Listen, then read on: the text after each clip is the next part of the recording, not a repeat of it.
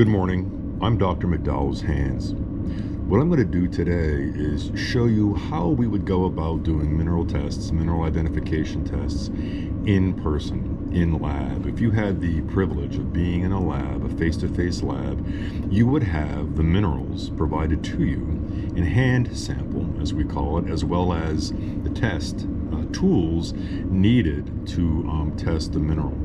What you have here in the particular test kit is a magnet, a dark streak plate, and a light or a white streak plate. The streak plates consist of pieces of unglazed porcelain. A glass plate to see if whatever you are sampling can scratch glass. A steel nail, a steel needle, which is a little bit softer than the nail, and a piece of copper. The metal objects are designed to test whether or not you have something that is harder than steel. In the case of copper, is it harder or softer than copper? And the same with the glass plate. The streak plates can also be used for hardness.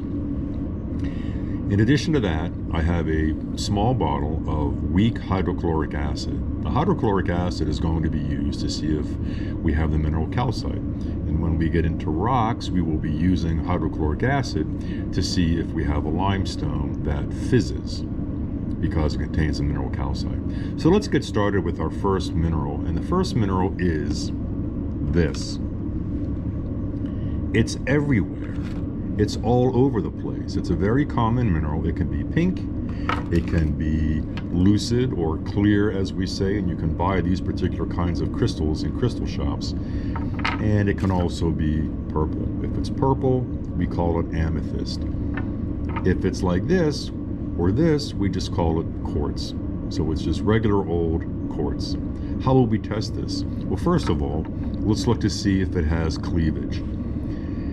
This is a very confusing sample right here, just because it looks like it should have cleavage, but it doesn't. These are crystal faces on the side of the crystal. The crystal habit for quartz is a prismatic crystal that has a pyramid on the end, and it always has these 6 sides. So you would think, gosh, this looks like it should have cleavage. But then if you look at this piece of rose quartz, you'll see that no, there is really no cleavage face on it. Or if we look at this piece over here of regular old white quartz, there's actually no cleavage visible on it. Now let's test for hardness. Will this scratch glass? When you're scratching glass, make sure that you have the glass flat on a table, and we see that yes, it does scratch glass. Glass only has a hardness of around 5 or 5.5. So anything that is harder than glass can scratch it. It's a myth that only diamond can scratch glass. In this case, the quartz scratched the glass. Now let's see if it has a streak. No streak. What it's actually doing is gouging the streak plate and leaving a tiny trail of powdered streak plate. Can we scratch the quartz with the steel nail? And no, we cannot. So therefore, the quartz is harder than glass, and it's harder than the steel nail. It turns out the quartz is on Mohs hardness scale with a hardness of 7. Now let's see if it will react to hydrochloric acid. Do you see any fizz? No, neither do I. So it does not react with hydrochloric acid. So we knew ahead of time that this mineral was quartz, so we would not expect it to react with hydrochloric acid. So our first mineral is quartz. Let's look at the second mineral. This mineral is characterized by sort of that salmon color, sort of a pinkish color. First of all, I can see that it has a vitreous luster. It catches the light in certain ways, giving a glassy appearance to the cleavage face, so it definitely has a vitreous luster. I mentioned cleavage. If we look at this particular piece right here, we can see really nice, highly reflective flat surfaces that are intersecting each other at around 90 degrees. That's really excellent cleavage in 1-2 directions at 90 degrees. Let's see if it leaves a streak. Not nothing to write home about. I'm not seeing a streak. Does it react with hydrochloric acid? No, it's not fizzing or effervescing, therefore it is not reacting with hydrochloric acid. Let's see how hard it is. Will it scratch the glass?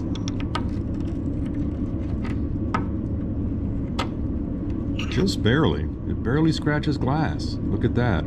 So, very, very faint scratch. When you have a really faint scratch like that, that means that the hardness of the mineral is very close to the hardness of the thing you're trying to scratch. So this only has a hardness of just over that of glass. The characteristic salmon color, that cleavage, that beautiful cleavage at 90 degrees, the hardness, the non-reactivity to acid, that tells us that this mineral is potassium feldspar. It's also called orthoclase. Orthoclase is on Mohs hardness scale, and it has a hardness of 6. The key thing about the mineral orthoclase, or K-spar, as we call it, potassium feldspar, is this salmon color. Our next mineral comes in a couple of different varieties. This is one variety of it, and you can see that it has a really almost a pearly luster to it. We'll just call it vitreous or non-metallic vitreous, but it's one of those examples where if you can use a different name like pearly or waxy or whatever, that will help you identify the mineral. This mineral is really soft. I can scratch it with my fingernail. It's so much softer than the other ones. Let's see if it reacts with hydrochloric acid. Nope, no reaction with hydrochloric acid, so it's not calcite. And let's see if it leaves a streak. Let's use the black streak plate. Oh yeah, it definitely leaves a streak, and leaves quite a messy streak. Well, the fact that it's so soft, and the fact that it is that white color, which sometimes looks like this opaque white as opposed to that shiny clear white. This is the mineral gypsum. It's the second mineral in Mohs hardness scale, and it's actually very widely used in particle board, wall board and drywall in your home and apartment.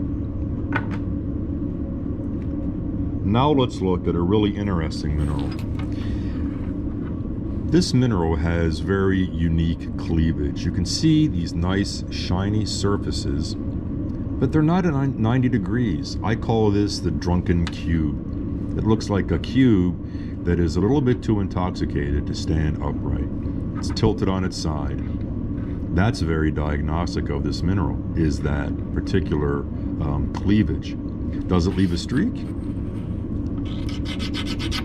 Yes, it does. It leaves a white streak. So that's very important too. What is the hardness of this mineral? Well, I cannot scratch it with my fingernail. Fingernail has a hardness of around 2.2. So this is harder than 2.2. Let's see if copper can scratch it. Copper can very faintly, there we go. Yeah, so copper can scratch it. So copper has a hardness of around 3.3, 3.5. So this has a hardness between 2.2 and let's say 3.2. Does it react with acid? Oh, it does. Look at that. That is reacting beautifully with hydrochloric acid. All you really have to do for this mineral is do that, because this is a mineral calcite, which reacts with hydrochloric acid. But if you didn't have any hydrochloric acid, you'd be able to identify calcite by that tilted cleavage that we call rhombohedral cleavage.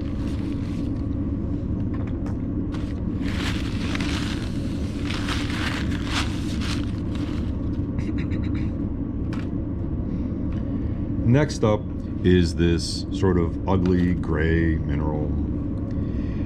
Let's see what kind of streak it leaves. It leaves a black streak. And here's the thing about this mineral. It's magnetic. It's the only mineral we're going to have that is so strongly magnetic. This mineral is magnetite. It used to be the principal iron ore that we would mine for iron to make steel out of, but there are better examples of iron ore. It sort of has what we call a metallic or submetallic luster. But the main thing about magnetite is it's magnetic. It's the only mineral you're going to have that is strongly magnetic. It's an easy one. Another iron ore is this particular mineral right here. It's got a few very significant characteristics to it, and let's look at that. First of all, sometimes it is red, and sometimes it is sort of this glittery gray.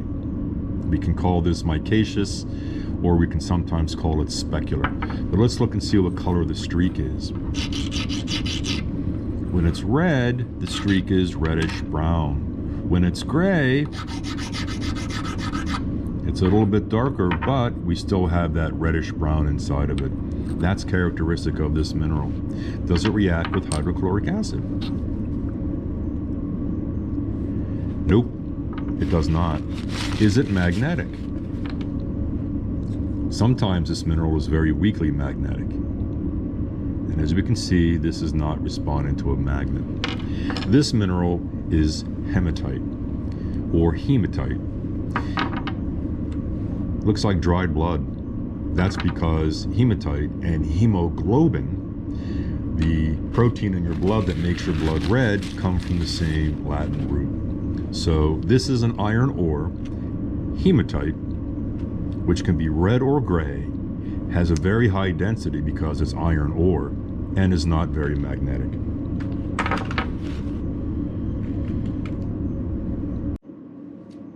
This is a really super cool mineral. This mineral is characterized by breaking up into these thin sheets. And I can take this particular little piece right here and break it into thinner and thinner sheets. We say that that has perfect cleavage in one direction. The one direction being the direction parallel to the sheets. This is the mineral muscovite.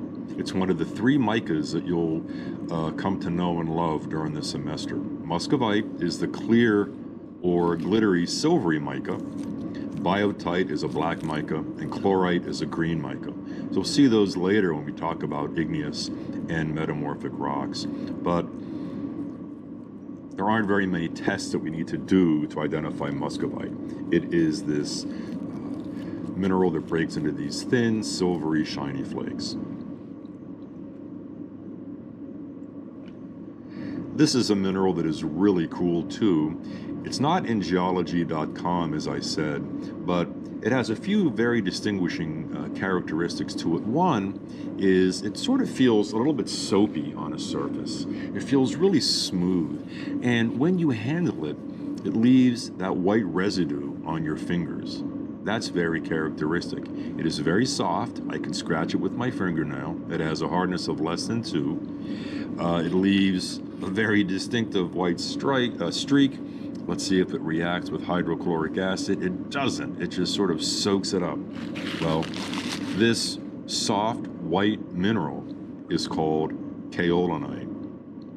Kaolinite is a clay mineral, and it comes from the chemical breakdown of this mineral, potassium feldspar. And in Middle Georgia, there are very large productive mines of the mineral kaolinite. This is used for all kinds of things like making ceramics, industrial clays, creating coatings for paper, additives to paint. And a very interesting use is that it used to be put into the medicine kaopectate to absorb water and therefore minimize diarrhea. So, not a very glamorous mineral, but one that is certainly very useful.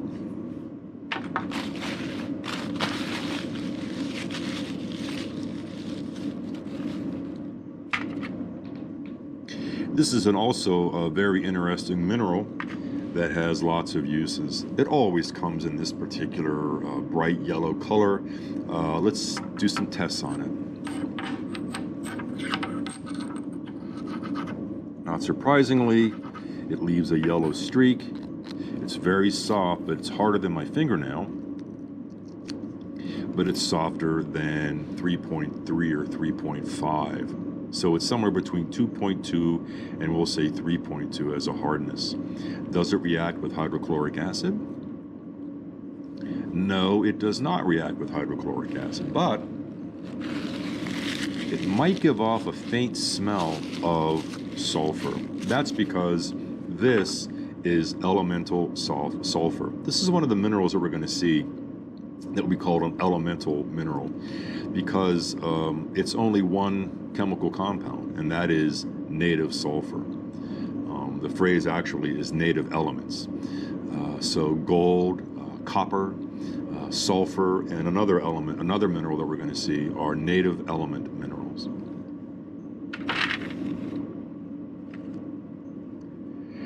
This is a really fascinating mineral, and everyone loves this mineral, unless you were a miner back in the gold rush days and you dug this up thinking it was gold. It's not.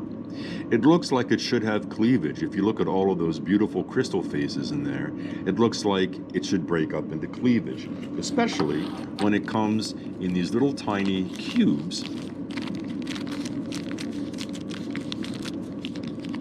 like this. That's naturally formed, that is not artificial. And it looks like it wants to break up into little cubes. However, you would have to know this beforehand, this mineral does not have any cleavage. It has a very high density. It is it's always that brassy yellow color. Let's see if it leaves a streak.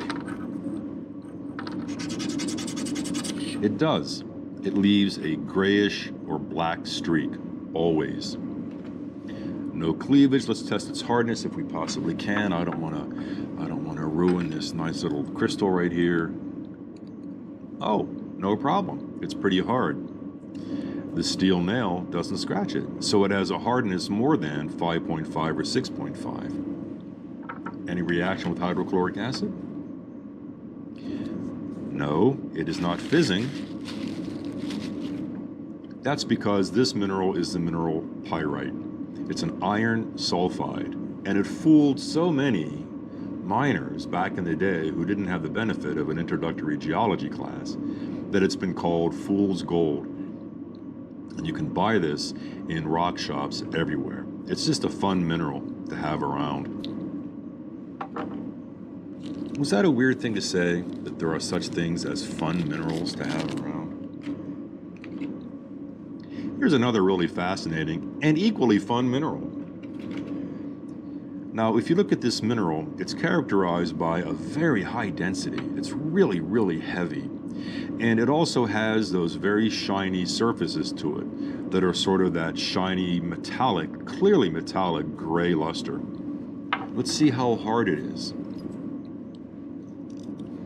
Wow, it's easily scratched by that nail. I could really dig in and scratch it with that nail. So it's a relatively soft mineral. It's got a very high density. Let's see if it reacts with hydrochloric acid. No, it's not fizzing, but ooh, sure does stink when I put hydrochloric acid on it. What kind of a streak? Ooh, a nice soft black streak. It's soft, it leaves a black streak, it has a silvery gray metallic luster, it's really, really dense, and it smells like rotten eggs when you put hydrochloric acid on it. This is the mineral galena. It's a lead sulfide. In fact, it's the principal ore of lead.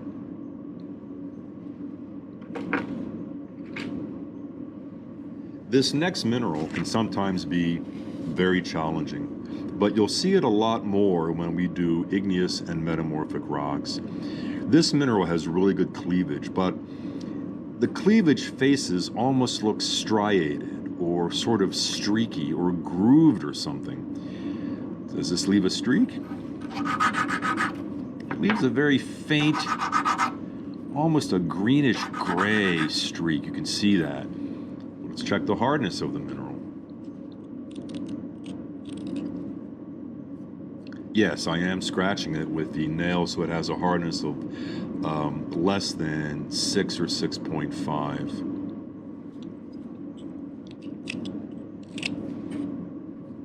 Yes, I am scratching it.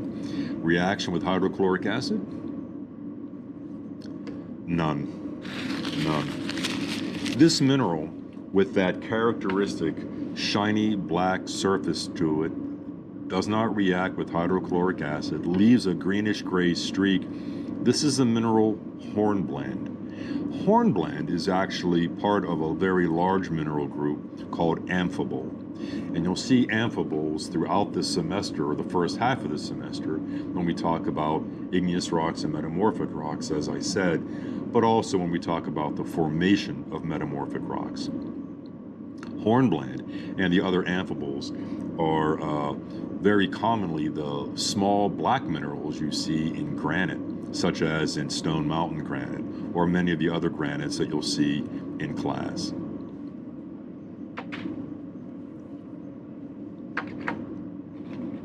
Lastly, we have this mineral, which is a really fascinating mineral. It's really, really light, but it has that weird metallic or sometimes semi-metallic luster. It's pretty soft. It leaves a very distinctive gray streak right there. No reaction with hydrochloric acid, and it can sometimes rub off on your fingers. More importantly, this particular mineral leaves streaks on paper, because this is the mineral graphite. This is the mineral that is actually in your pencil leads. Many, many years ago, centuries ago, pencils actually contained lead, because lead is also very soft. It can write on paper.